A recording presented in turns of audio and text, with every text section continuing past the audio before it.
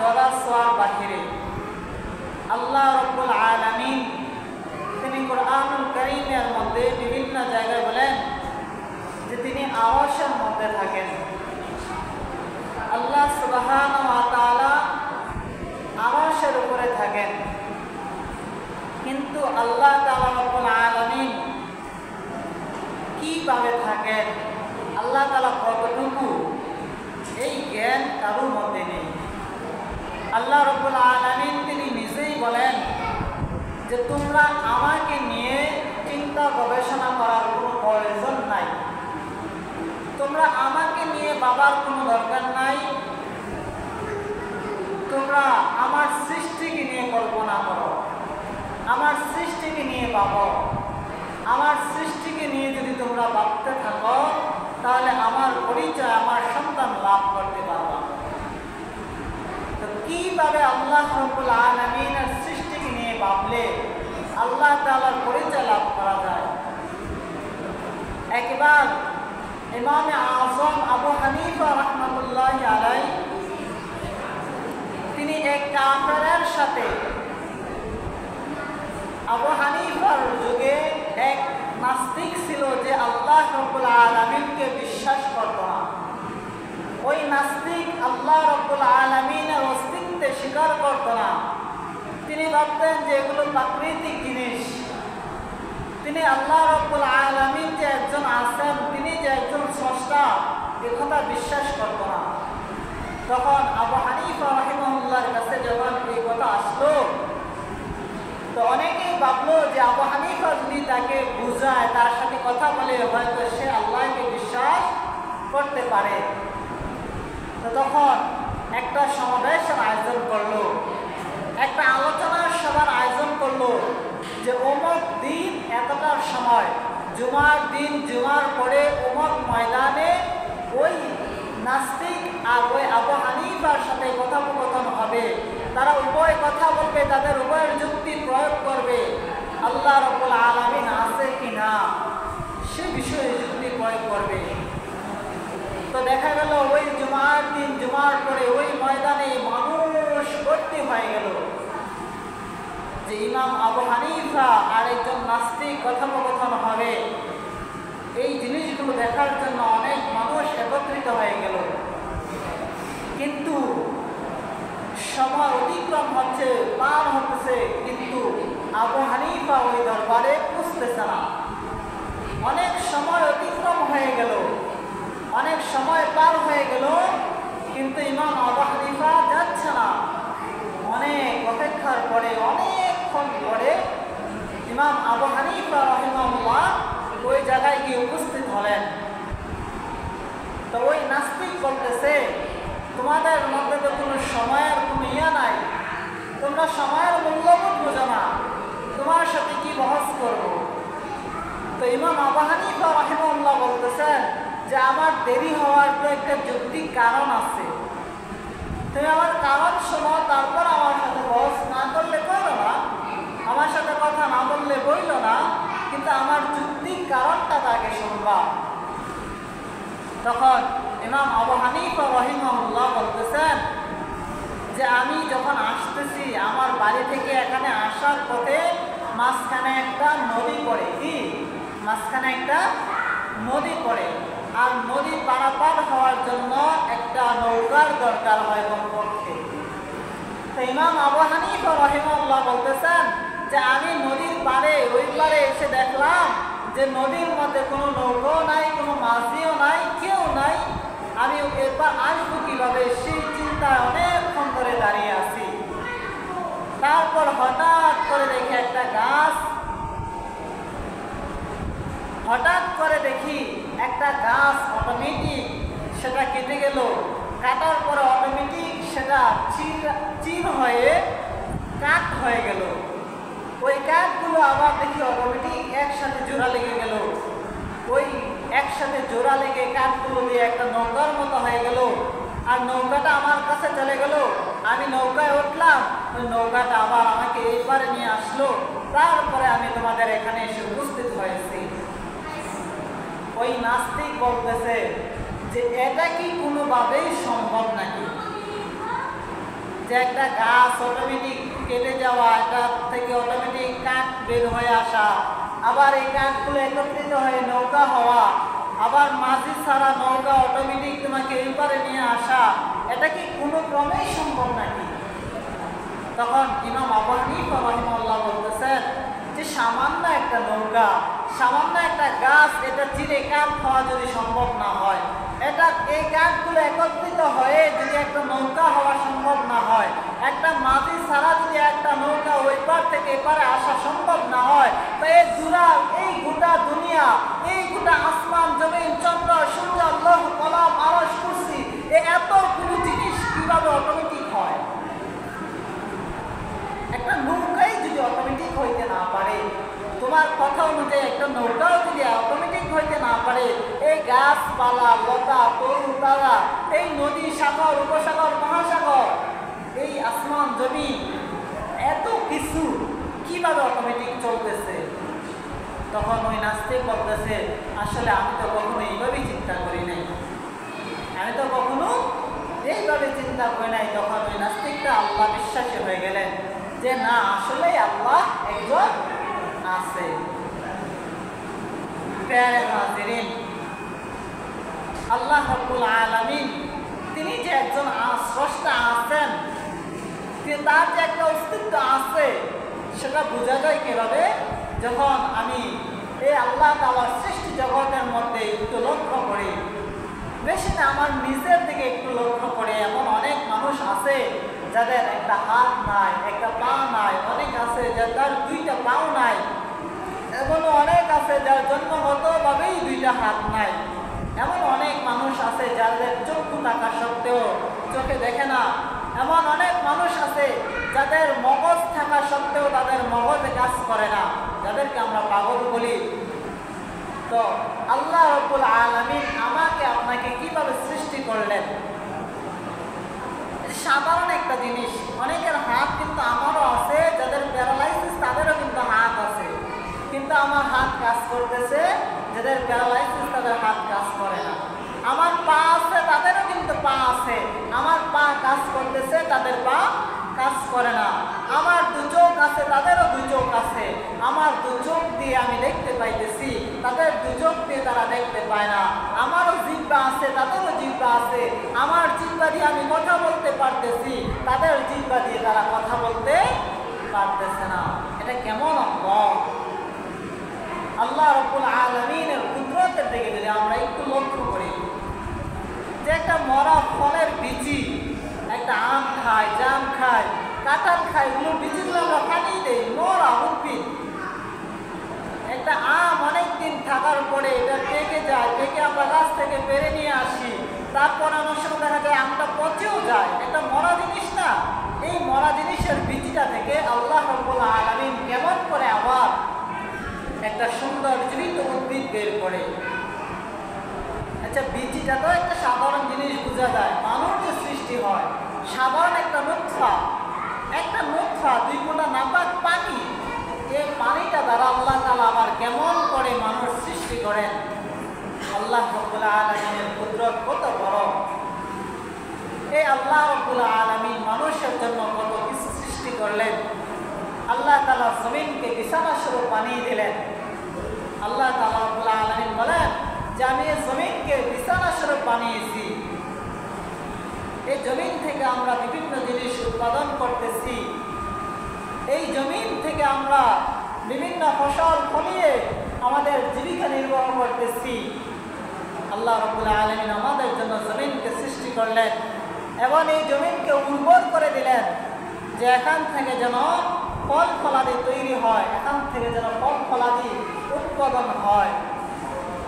আবার আল্লাহ রাব্বুল আলামিন এই পৃথিবীটাকে কেমন করে সাজালেন, কোথাও নিম্ন জমি, কোথাও উঁচু জমি, কোথাও সাগর মহাসাগর, আবার কোথাও পাহাড় পর্বত।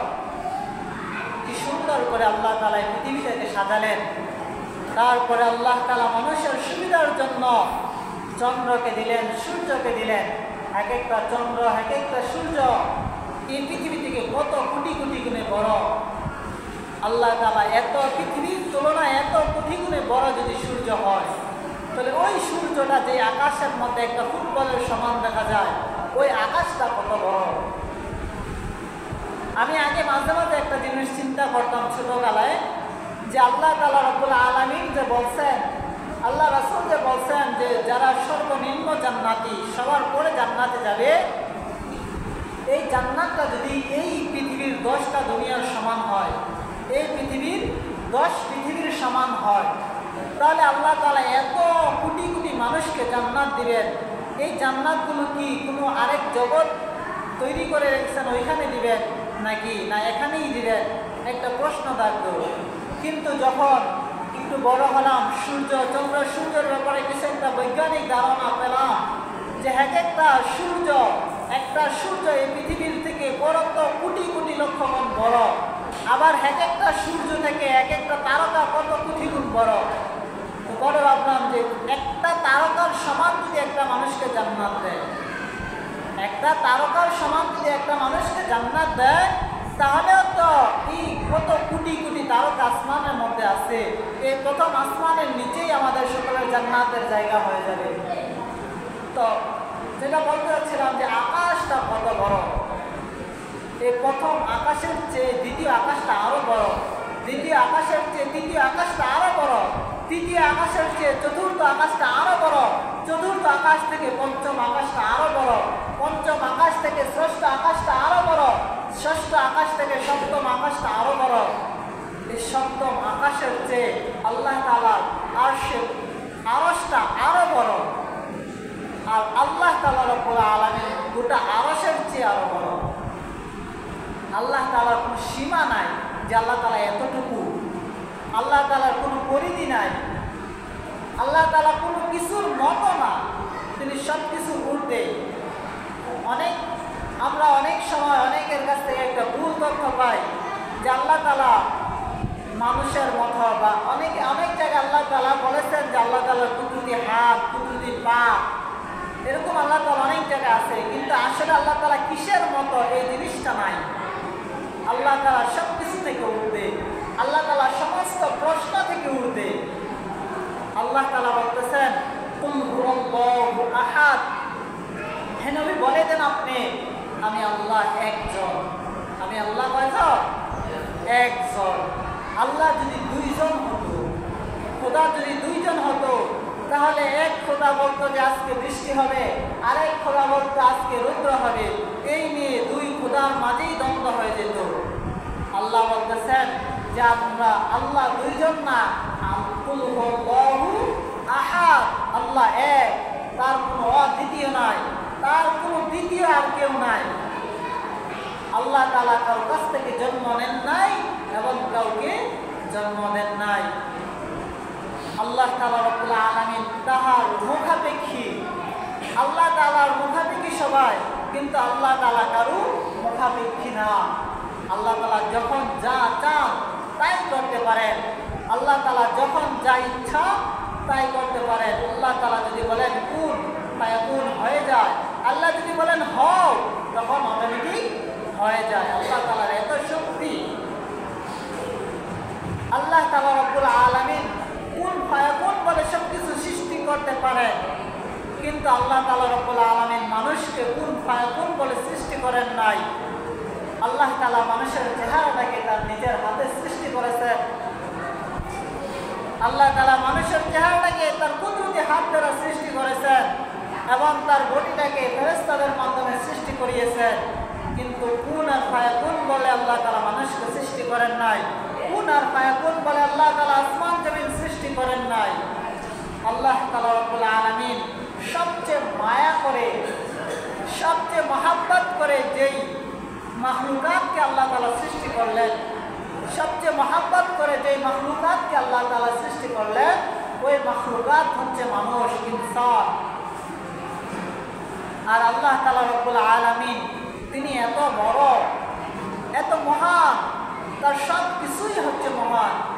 আল্লাহ তাআলা এই মানুষের জন্য পুরস্কার হিসাবে তিনি মহান জান্নাত রেখেছেন, যার কল্পনা কোনো মানুষ কখনোই করতে পারবে না, যা কোনো মানুষ কোনো চোখে কোনোদিন দেখেও নাই, কোনো কান সেটার বর্ণনা কোনোদিন শুনেও নাই। বলতে পারেন,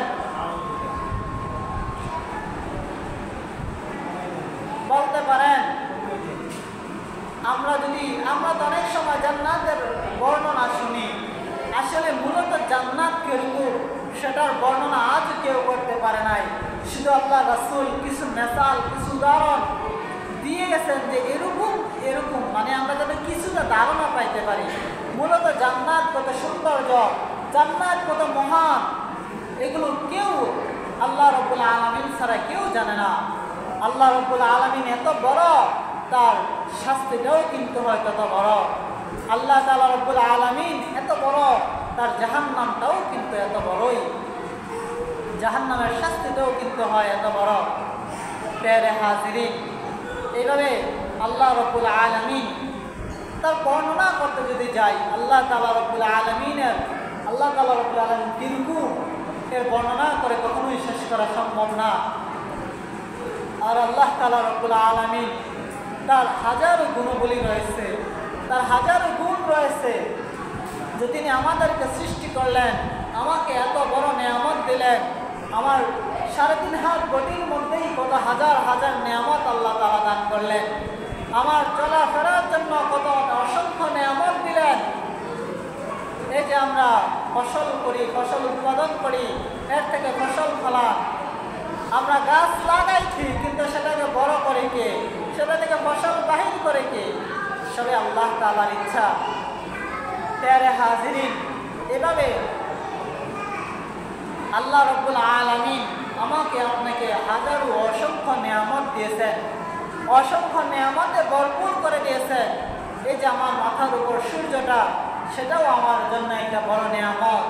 এই যে চন্দ্রের আলো, সেটাও আমার জন্য একটা বড় নিয়ামত। আজকে যদি চাঁদের আলো না থাকতো, এই ফলের মধ্যে মিষ্টতা থাকতো না।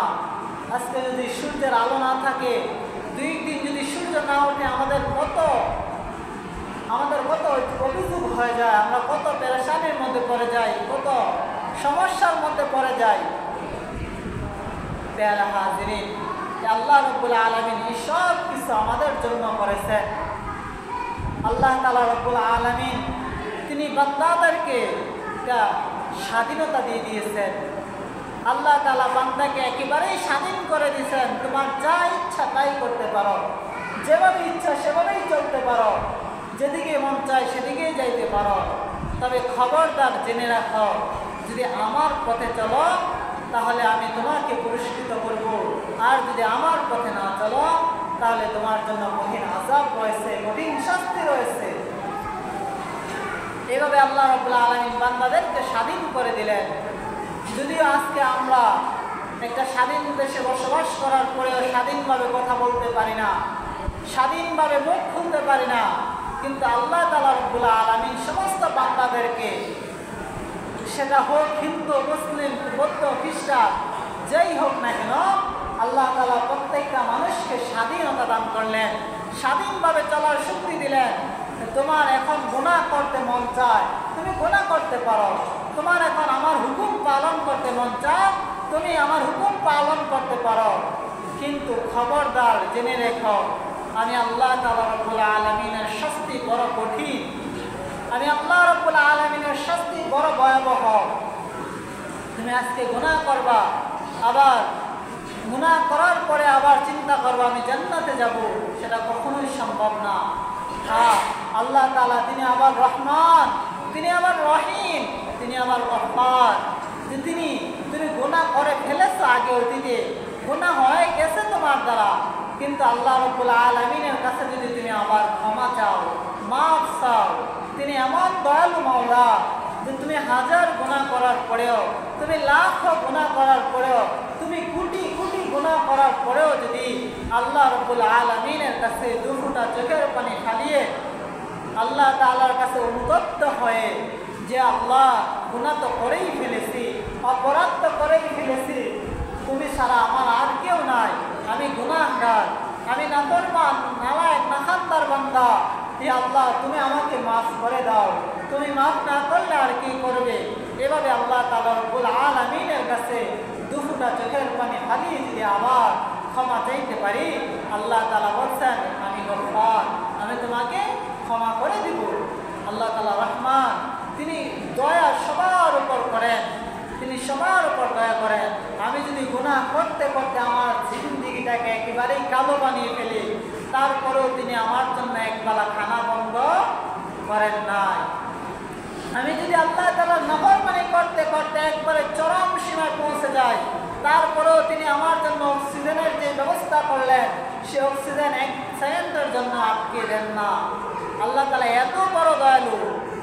আমি আর আপনি একটু চিন্তা করি, যদি আমি আর আপনি যদি কোনো কাজের লোক রাখি, যদি কর্মচারী রাখি, যে সে আজকে সারাদিন আমার কাজ করবে, আর সে যদি কাজ না করে, আমার কথার অবাধ্য চলে, আমার কথার বিপরীত চলে, তা আজকে আমি তার কি কতটুকু শাস্তি দেই, তার খানা দানা বন্ধ করে দেই। অথচ আল্লাহ তাআলা রব্বুল আলামিন কত দয়ালু, তিনি আমরা এত বার তার নাফরমানি করতেছি, গোটা জিন্দেগি তার নাফরমানি ভরপুর হয়ে গেছে, তারপরে আল্লাহ তাআলা একটা বারের জন্য আমাদের খানা বন্ধ করেন নাই, একটা সেকেন্ডের জন্য আমাদের অক্সিজেনকে বন্ধ করেন নাই। আল্লাহ তাআলা অসংখ্য নিয়ামত আমাদেরকে দান করলেন, কিন্তু আল্লাহ তাআলা রহমানের সাথে সাথে আবার আল্লাহ তাআলা রহিম, যে তিনি হাসর ময়দানে শুধু তার বাধ্য বান্দাদের উপরই দয়া করবেন। যারা আল্লাহ তাআলার অনুসরণ করেছে, যারা আল্লাহ তাআলার পথে চলার চেষ্টা করেছে, যারা বারবার আল্লাহ তাআলার কাছে মাফ চেয়েছে, আল্লাহ তাআলা শুধু তাদের উপরেই হাসর ময়দানে দয়া করবেন। তাই আল্লাহ তাআলা রহিম, তিনি সবার উপরে আমভাবে দয়া করবেন না। তখন প্যারে হাজিরিন, আল্লাহ তাআলা যত বড়, তার নিয়ামত তত বড়, তার শাস্তিটাও তত বড়, তার প্রত্যেকটা জিনিসই তত বড়। আল্লাহ তাআলা রব্বুল আলামিন তিনি সবাইকে সাথ দিয়ে রাখছেন, কিন্তু কাউকেই একেবারেই ছেড়ে দেন নাই, কাউকেই একেবারেই ছেড়ে দেন নাই। জুলুম করতেছ, করতে থাকো। ফেরাউনও জুলুম করেছিল, নমরুদও জুলুম করেছিল, আবু জাহেলও জুলুম করেছিল, কিন্তু একেবারেই আল্লাহ তাআলা ছেড়ে দেন নাই, তাদেরকেও পাকড়াও করেছে।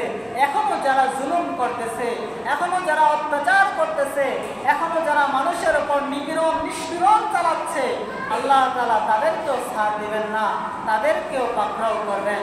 প্যারে হাজিরিন, এখনো সময় আছে, আল্লাহর পথে আসি, আল্লাহর পথে চলি, আল্লাহর দ্বীন ইসলাম মেনে চলে। কারণ আল্লাহ তাআলার কাছে একমাত্রই ধর্ম হচ্ছে ইসলাম। ইসলাম ছাড়া কোনো ধর্মই আল্লাহ তাআলার কাছে গ্রহণযোগ্য না। তা আল্লাহ তাআলা দ্বীন ইসলাম মেনে আল্লাহ তাআলার পথে চলে আমাদের জীবনকে সুন্দর করি। আল্লাহ তাআলার পাকড়াও